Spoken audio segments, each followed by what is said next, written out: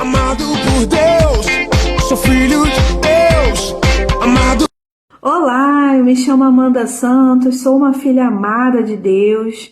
Hoje eu vim compartilhar com vocês 2 Pedro, capítulo 2, onde relata sobre os falsos mestres e sua destruição. Eu olho para esse título e já penso assim, não tem como uma coisa errada acabar certa, né? Os falsos mestres, que a gente fica em alerta, sabe? E não permaneça na mesa. E não tem como algo que é falso não levar à destruição, né? O verso 1 vai dizer: no passado surgiram falsos profetas no meio do povo. Olha a importância da gente ter discernimento. Como também surgiram entre vocês falsos mestres. Estes introduzirão secretamente heresias destruidoras, chegando a negar o soberano que os resgatou, trazendo sobre si mesmos repentina destruição. Eu olho para esse verso e fico pensando, o Senhor é um Deus justo, Ele permite a plantação, mas Ele permite a colheita também. E aí, quando você anda em meio a heresias destruidoras e você nega o soberano também te nega. Muitos seguirão os caminhos vergonhosos desses homens e por causa deles será defamado o caminho da verdade. Meu Deus, que a gente não seja desse time, né? Que Deus tenha misericórdia de nós e a gente consiga compreender que aquele caminho é um caminho errado e a gente recalcule a rota. Em sua cobiça, tais mestres os explorarão com histórias que inventaram. Há muito tempo a sua condenação paira sobre eles e a sua destruição não tarda. Que a gente olhe para dentro de nós e analise, sabe? A cobiça. Como é que tem sido as nossas conversas? Para quem que a gente tem emprestado os nossos ouvidos? Pessoas que não compactuam com o Senhor estão contra Ele. E a palavra de Deus diz que a destruição não vai tardar. O verso 4 vai dizer: pois Deus não poupou os anjos que pecaram, mas os lançou no inferno, prendendo-os em abismos tenebrosos, a fim de serem reservados para o juízo. Ele não poupou o mundo antigo quando trouxe o dilúvio sobre aquele povo ímpio. Deus, Ele é um Deus de amor, mas Ele também é fogo consumidor.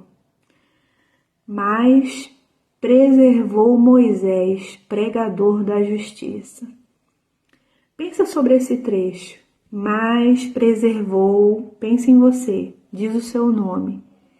E aí, depois da vírgula dessa frase, o que vem sobre você?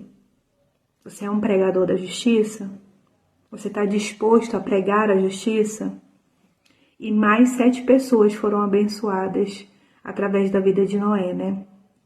Também condenou as cidades de Sodoma e Gomorra, reduzindo a cinzas, tornando-as exemplo do que acontecerá aos ímpios. E aí?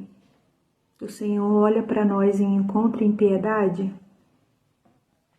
Mas livrou Ló, homem justo. Você é uma pessoa justa?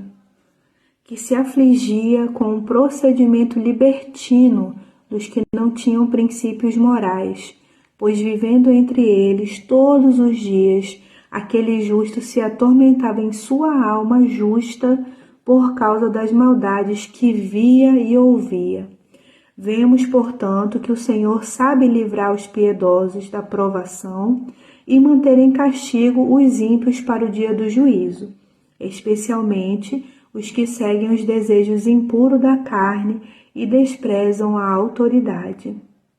São insolentes, arrogantes. Tais homens não têm medo de difamar os seres celestiais. Contudo, nem os anjos, embora sendo maiores em força e poder, fazem acusações injuriosas contra aqueles seres na presença do Senhor. mas eles difamam o que desconhecem e são como criaturas irracionais, guiadas pelo instinto. E aí, você é guiada pelo seu instinto? Ou você se permite ser guiado pelo Espírito Santo de Deus? Nascidas para serem capturadas e destruídas, serão corrompidos pela sua própria corrupção. Eles receberam retribuição pela injustiça que causaram. Eu vou repetir esse trecho aqui. Eles receberam retribuição pela injustiça que causaram. Consideram prazer em entregar-se à devassidão em plena luz do dia. E aí, você está no meio onde está acontecendo a devassidão, a corrupção, o roubo, a mentira, o jeitinho brasileiro? São nódoas e manchas, regalando-se em seus prazeres, quando participam das festas de vocês. Tendo os olhos cheios de adultério, nunca pararam de pecar. Iludem os instáveis. Olha a importância da gente ser uma pessoa estável, para a gente não se permitir ser iludido.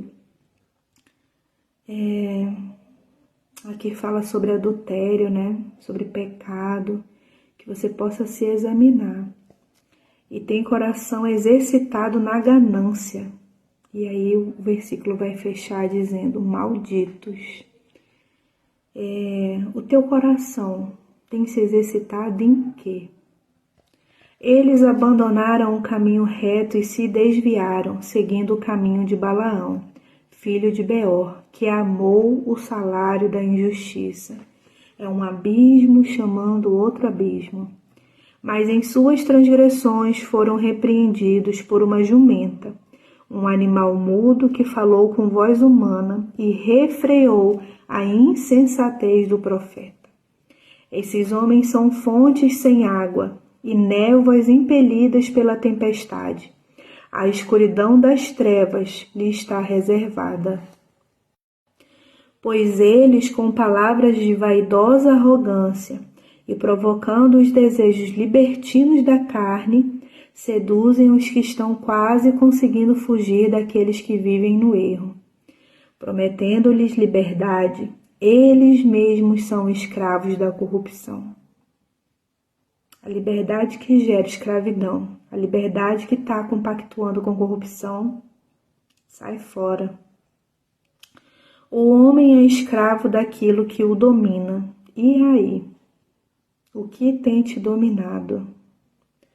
Se tendo escapado das contaminações do mundo por meio do conhecimento de nosso Senhor e Salvador Jesus Cristo, encontravam-se novamente nelas, enreados e por elas dominados, estão pior do que no princípio. Teria sido melhor que não tivessem conhecido o caminho da justiça, do que depois de o terem conhecido, voltarem as costas para o santo mandato que lhes foi transmitido. Confirma-se neles que é verdadeiro o provérbio, o cão volta ao seu vômito, e ainda, a porca lavada volta a revolver-se na lama. Forte esse trecho, né?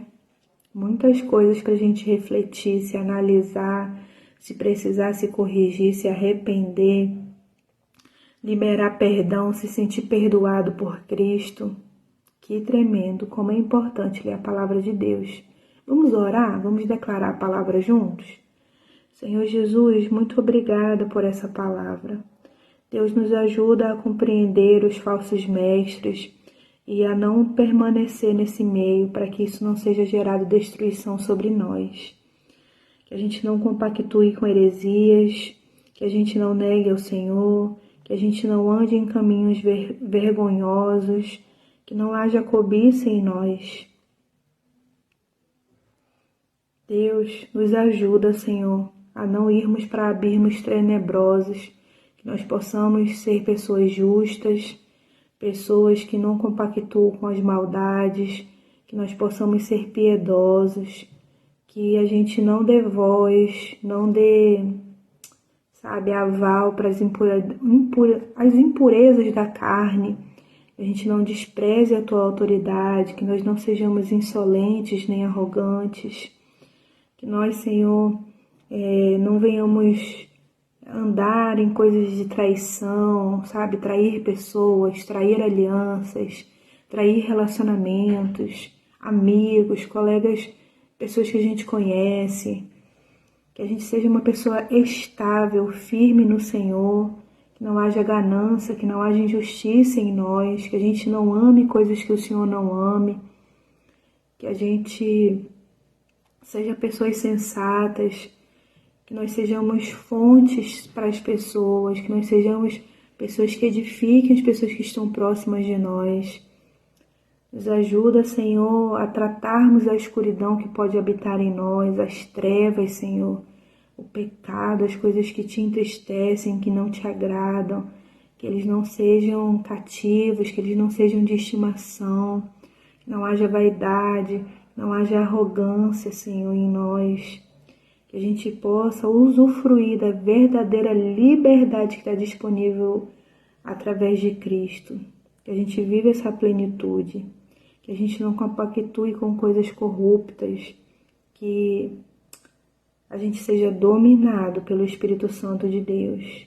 Que a gente seja influente e não contaminado, nem dominado pelas coisas desse mundo, Pai. Em nome de Jesus que eu oro. Amém. Que Deus abençoe você. Até o próximo vídeo.